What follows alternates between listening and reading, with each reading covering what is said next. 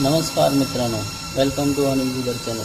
मी काल जो व्हिडिओ टाकला होता सर्वो ड्राईव्ह कॉन्फिगरमध्ये का होते, तर माझं 4 ड्राईव्ह आहे।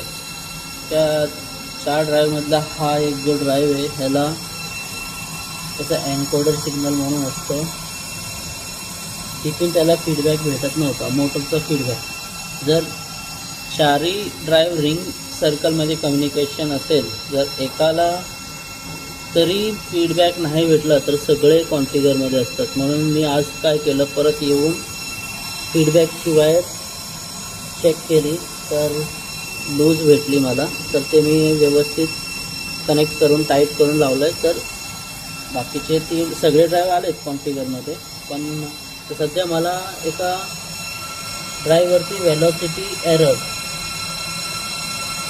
एरर असं येतं आहे। तर ह्यासाठी काय सोल्युशन असेल तर सांगा।